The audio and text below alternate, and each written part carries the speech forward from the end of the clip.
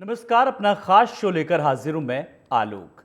राम मंदिर आस्था का सबसे बड़ा केंद्र, लेकिन चढ़ावे में चोरी का मामला सामने आने के बाद देश की राजनीति का एक बड़ा मुद्दा बन गया है। एसआईटी की जांच में सामने आए खुलासों के बाद विपक्ष लगातार सरकार और राम मंदिर ट्रस्ट को घेर रहा है। वहीं समाजवादी पार्टी प्रमुख अखिलेश यादव ने इस मामले को लेकर के तीखा हमला बोला है। दरअसल अखिलेश ने सवाल उठाया है कि जब भगवान राम के नाम पर आए चढ़ावे की सुरक्षा नहीं हो सकी, तो आम जनता की संपत्ति की सुरक्षा का दावा कैसे किया जा सकता है। इतना ही नहीं, उन्होंने इस पूरे मामले की पारदर्शी जांच और दोषियों पर कड़ी कार्रवाई की मांग की है। तो दूसरी तरफ बीजेपी ने अखिलेश यादव के बयान को राजनीतिक अवसरवाद बताते हुए पलटवार किया है। बीजेपी नेताओं का कहना है कि जांच एजेंसियां अपना काम कर रही हैं और दोषियों को बख्शा नहीं जाएगा। उनका आरोप है कि विपक्ष राम मंदिर जैसे आस्था के विषय पर भी राजनीति करने से बाज नहीं आ रहा है। बीजेपी ने यह भी कहा कि मंदिर निर्माण और उसकी व्यवस्था को बदनाम करने की कोशिश की जा रही है। पर सबसे बड़ा सवाल अब यही है कि क्या एसआईटी की जांच इस पूरे विवाद की परतें पूरी तरह से खोल पाएगी, और क्या चढ़ावे में कथित गड़बड़ी के लिए जिम्मेदार लोगों पर सख्त कार्रवाई होगी, और क्या इस मुद्दे पर जारी सियासी घमासान जांच की दिशा को प्रभावित करेगा, या फिर सच बेनकाब होकर के सामने आएगा। देखिए हमारी ये विशेष रिपोर्ट।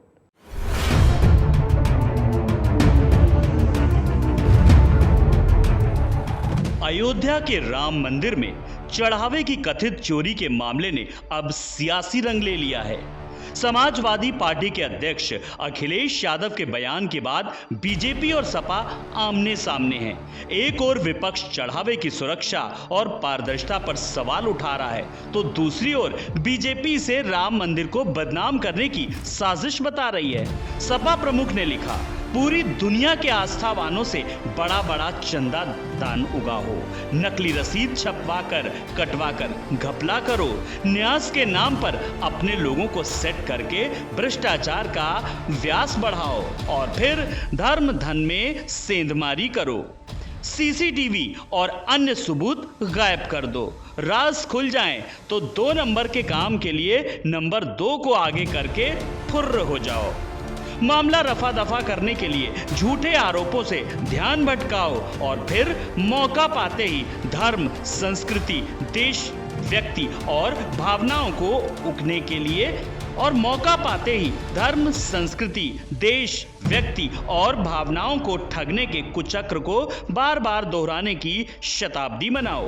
उन्होंने आगे लिखा, अब सच्चे देश प्रेमी बीजेपी और उसके संगी साथियों की इस क्रिमिनोलॉजी को देश के हर गांव, गली मोहल्लों, नगर के चौक चौराहों पर पढ़कर सुनाएंगे, भाजपाई गिरोह का भांडा फोड़ करेंगे और उनका सामाजिक राजनीतिक बहिष्कार भी करेंगे। ये चोरी नहीं है, एक भयंकर डकैती है। आस्था के साथ, धार्मिक विश्वास के साथ, परंपरा के साथ हिंसक खिलवाड़ है। और शील्ड मान रहे थे कि अरे हम तो राम भक्त हैं, हम पर कौन उंगली उठाएगा। वो ये भूल गए कि उस युग में भी मर्यादा पुरुषोत्तम और उनके माध्यम से जो एक स्वरूप बना आने वाले समाज का, उसको ये सब स्वीकार्य नहीं है। आपके वोटर्स जिन्होंने आपको वोट किया है, वो भी मानते हैं कि उनसे गलती हुई। जगत गुरु शंकराचार्य जी का उनका कहना है ये इसमें से क्या होने वाला है, कुछ होने वाला है। उनके ही पुलिस, उनके ही अधिकारी वही ये करेंगे, जांच करेंगे, उसमें से कुछ निकलने वाला नहीं है। ये तो उनका कहना है ये राम मंदिर नहीं है, बल्कि ये है आरएसएस और बीजेपी का कार्यालय है, इसलिए वो वहाँ अभी तक गए नहीं हैं। उनका कहना ये सारे इनका क्या संबंध था। हम लोगों ने मंदिर के लिए जो आंदोलन किया उसमें ये लोग थे कहाँ, ऐसे सवाल उन्होंने उठाए हैं। पर वो साधु संत सारे उसके विरोध में हैं। देखिए, एसआईटी जब से गठन हुआ है वो लगातार काम कर रही है और हमेशा हम कहते हैं कि राम भक्तों की सरकार केंद्र में भी है, राज्य में भी है, कोई कोताही नहीं बरती जाएगी। एसआईटी ने टीवी फुटेज से भी पकड़ा है काफ़ी कुछ, और उसके अलावा मनी ट्रेल का भी पता लगा रही है। एसआईटी ने बहुत सारे लोगों की गिरफ्तारियां भी की हैं, आधा दर्जन से लोग, ज़्यादा 8-9 लोग गिरफ्तार हो चुके हैं, और जो कुछ भी हैं इसमें जिनका भी षड्यंत्र रहा है वो पता करने की कोशिश की जा रही है। पर हम विपक्ष से भी अपील करेंगे कि साहब, एक तो अपने रामलला के अस्तित्व को सुप्रीम कोर्ट में 2007 में नकारा था, और उसके बाद जब जब अवसर हुआ, अब तो हनुमानगढ़ी में नमाज़ पढ़ने की इजाज़त देने वाले लोग थे, क्या आप में हिम्मत है जामा मस्जिद में हनुमान चालीसा पढ़ने की अनुमति दें? ऐसा नहीं है। तो तुष्टीकरण बंद कीजिए। कुछ लोगों के आपराधिकृत के कारण प्रभु रामलल्ला के जन्म स्थान को अगर आप बदनाम करने की कोशिश कर रहे हैं ना, तो प्रभु आपका हिसाब लेंगे। चंपत राय क्या है? चंपत राय चुपचाप बैठ करके वहाँ पर उनका के एक तो गोली खिला देते हैं, 4 ठो आदमी लगे रहते हैं। इनके आड़ में जितने लोग चोरी किए हैं, इनमें चंपत राय के वहाँ तो गए नहीं चोरी करे।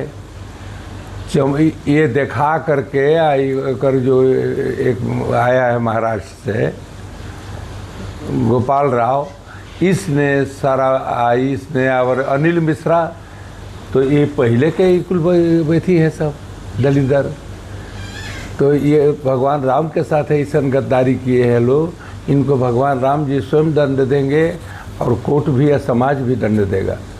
इन लोग पर जितने वकील नाराज है, जितने समाज नाराज है, कि ये लोग जहाँ दिखाई पड़े तहीं देह पर लोग थूके लगेंगे कि देखो कितना गंदा आदमी है। देखिए, शंकराचार्य भगवान है, इस विषय में हम कुछ नहीं कह सकते हैं, लेकिन हम ये कहेंगे आगे कभी ऐसे कार्य न हो, उसके लिए सनातन बोर्ड की जरूरी है। सर, ये कांग्रेस के एक नेता हैं केसी वेणुगोपाल, वो कह रहे हैं कि राम मंदिर के चोरी के मुद्दे को उठाएंगे पार्लियामेंट में, और देश में अब तक की सबसे बड़ी चोरी करप्शन का मामला है राम मंदिर का, कह रहे हैं हिंदुओं की आस्था पे प्रहार था। मैं सभी से प्रार्थना करूंगा, राहुल गांधी जी से, अखिलेश यादव जी से, और जो भी विपक्षी लोग हैं, केजरीवाल जी से, कि अगर आप हमारा हित चाहते हैं, सनातनियों का हित चाहते हैं, तो आप सबसे हमारा निवेदन है, सरकार के आगे प्रार्थना कीजिए या मांग करिए कि हमारे सनातन बोर्ड बने, 4 शंकराचार्य, 5 वैष्णवाचार्य, और जो भी धर्म के मर्मज्ञ ऋषि मुनि हैं, संत हैं, वो सभी सनातन बोर्ड बनाएं, और मंदिर सारे मुक्त हो जाएं सरकार से, और उस धन का प्रयोग जो है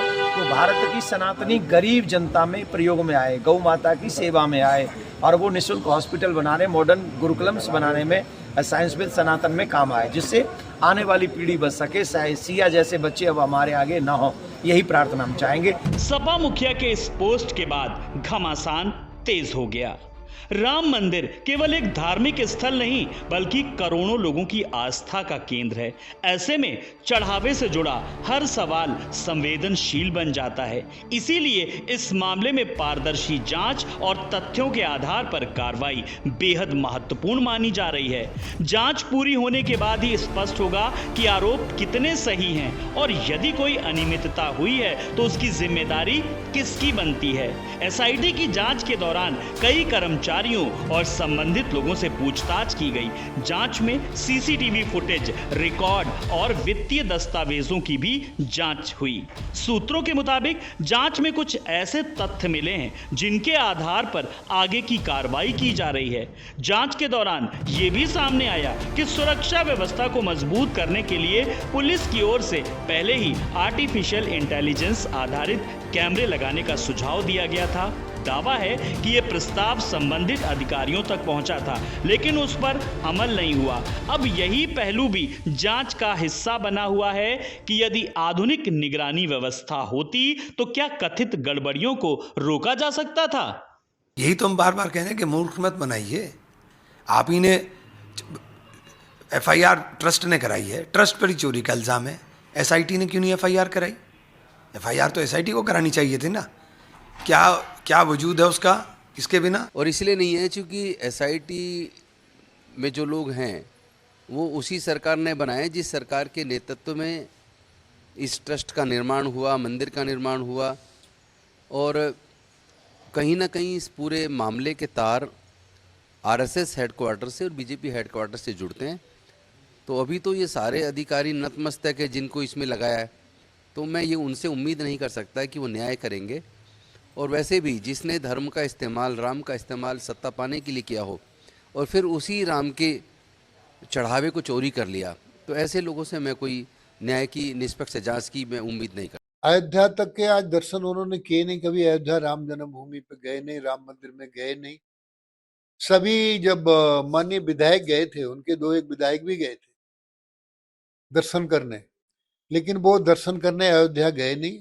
सबसे पहले यदि इस विषय को अखिलेश यादव ने उठाया है तो ये भी जांच का विषय, आखिर कौन से सूत्र हैं जो उन्हें सबसे पहले उन्हें बताने का काम उन्हें किया गया है। तो इससे कुछ सिद्ध होता है कि कुछ दाल में काला जरूर है। इसकी भी एसआईटी जांच समय पर होगी और निश्चित रूप से अखिलेश जी एक वर्ग विशेष के वोट कैसे मिले, मुस्लिम तुष्टीकरण कैसे हो, उसकी राजनीति कर रहे हैं, न चंदा चोरी से, और उससे कोई मतलब नहीं है। मुसलमानों के वोटों की चिंता है। की जांच हो रही है वो बिल्कुल पूरी ईमानदारी से हो रही है।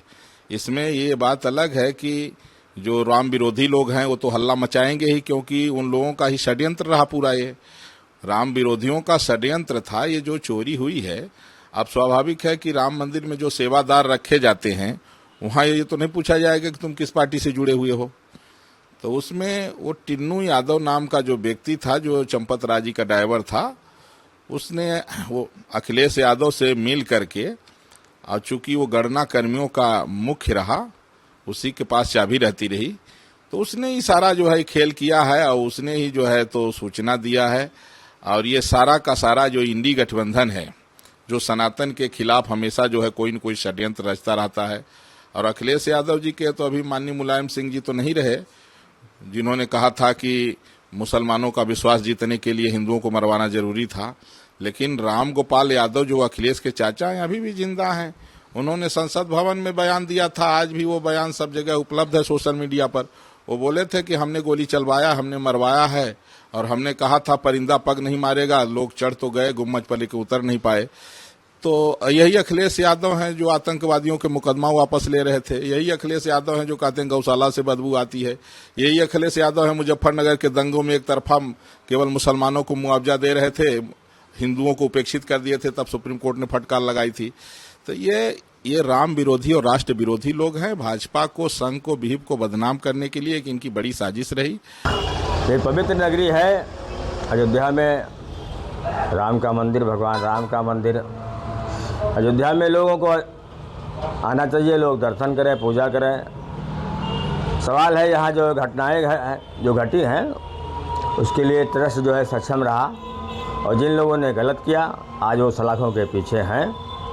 अयोध्या में लोगों को जो है, अयोध्या को लोग जो है सजावें, संवारें, और अयोध्या में ज़्यादा गलत चीज़ों का प्रचार लोगों को करने की ज़रूरत नहीं है। अयोध्या अपने आप में साफ़ सुथरी हमेशा रही और हमेशा रहेगी, क्योंकि ये धर्म की नगरी है। यहाँ भगवान राम का मंदिर है, सरजू नदी है, सब धर्म के देवी देवता यहाँ विराजमान हैं। देखिए, कानून अपना काम कर रहा है। जो दोषी हैं उनको जो दोषी हैं उनको सजा मिलनी है वो मिलेगी।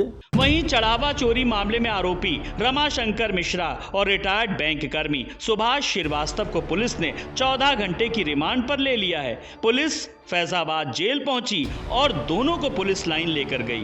पूछताछ के बाद आरोपियों को उनके घर भी ले जाया जा सकता है। पुलिस पता लगाएगी कि आरोपियों ने चढ़ावे के पैसे कैसे चुराए, उसे कहां छिपाया। रमाशंकर के पास चढ़ावे को काउंटिंग रूम तक पहुंचाने की जिम्मेदारी थी। पुलिस को उसके बैंक खाते में 7,32,000 रुपए मिले हैं। सुभाष चढ़ावा गिनने वालों की निगरानी करते थे, साथ ही एसबीआई के रिटायर्ड कर्मचारी हैं।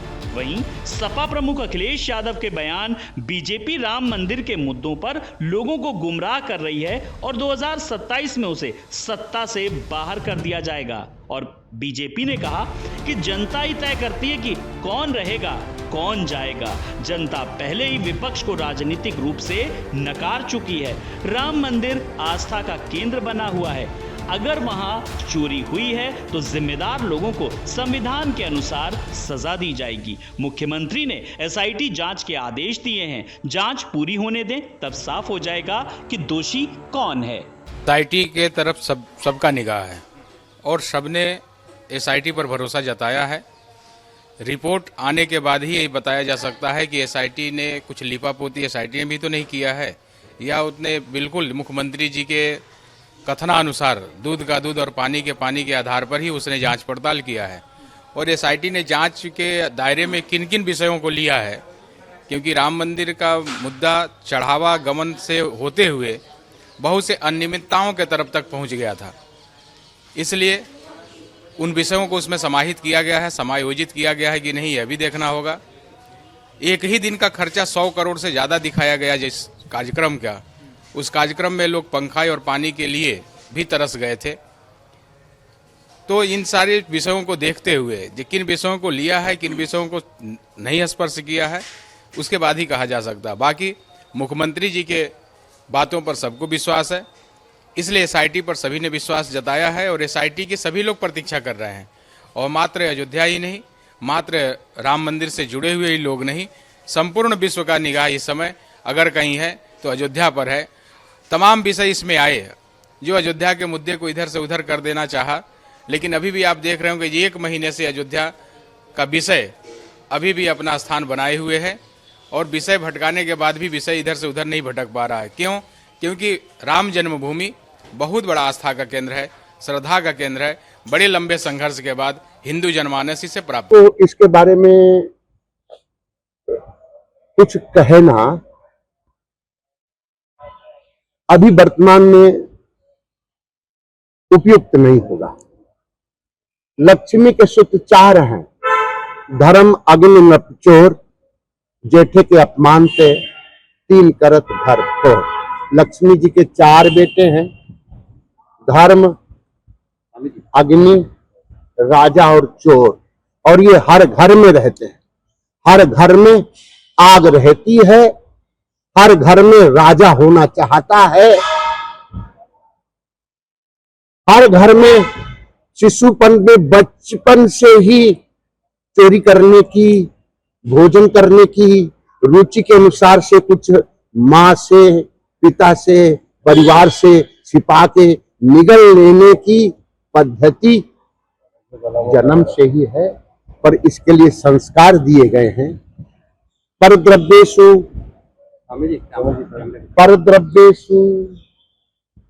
दूसरे के धन को उठाना नहीं चाहिए, दूसरे के धन को छीनना नहीं चाहिए। ये कर्म हमारे हैं, इन कर्मों के अनुसार से ये शरीर प्राप्त होते हैं, इसलिए वृत्ति को वित्त में ना ले जाना धर्म है। व्रतम यतनेन संरक्षेत वित्तम में याति चा। वित्त तो जीवन में आता और जाता है। बोलिए, धन पैसा आने जाने वाला है, लेकिन अपनी वृत्ति नहीं चली जाए, अपनी वृत्ति बिगड़ नहीं जाए, अपनी आजीविका नहीं चली जाए, तो अपनी आजीविका को, अपनी वृत्ति प्रवृत्ति को संभालना पूरे विश्व के मानव का दायित्व, कर्तव्य है, इसलिए उसका पालन करना। अनिल मिश्रा, चंपत राय जी की लापरवाही तो है ही है, उनकी लापरवाही के कारण ही ये इस तरह का इतना बड़ा घोटाला हुआ भक्तों के आस्था के साथ, जो उन्होंने चढ़ावा चढ़ाया। लेकिन उसके साथ साथ उन्होंने, चंपत राय जी ने, अनिल मिश्रा जी ने जो अपने कोषाध्यक्ष पे भरोसा जताया, उस कोषाध्यक्ष ने भी कहीं ना कहीं उनकी विश्वास के साथ धोखा किया। कोषाध्यक्ष की जिम्मेदारी होती है कोष की, मंदिर में क्या आया, क्या गया, कितना चढ़ावा आए, सारी जिम्मेदारी कोषाध्यक्ष की होनी चाहिए। लेकिन कोषाध्यक्ष बयान दे रहे हैं कि मेरे पास हस्ताक्षर करने का अधिकार नहीं है, मेरे पास केवल कोष नाम के लिए है।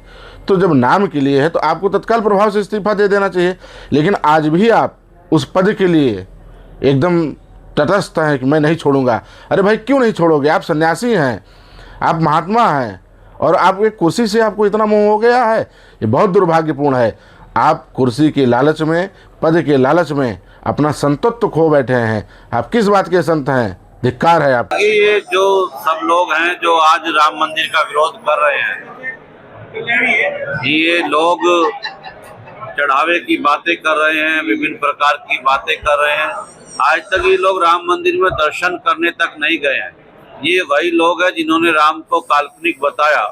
आज ऐसे लोग राम पर प्रश्न चिन्ह खड़े कर रहे हैं। ये औरंगजेब और बाबर की संतानें हैं, इनका डीएनए जांच होनी चाहिए। राम मंदिर चढ़ावा मामले की जांच अभी जारी है। कई दावे और कई सवाल सामने हैं, लेकिन अंतिम निष्कर्ष जांच एजेंसियों की रिपोर्ट के बाद ही स्पष्ट होगा। इस पूरे मामले पर देश की नजर बनी हुई है, क्योंकि ये मामला केवल धन का नहीं बल्कि करोड़ों श्रद्धालुओं की आस्था और भरोसे से जुड़ा है। लेकिन इतना तय है कि अखिलेश यादव के बयान के बाद ये मामला कानूनी दायरे से निकलकर राजनीतिक बहस का बड़ा मुद्दा बन गया है।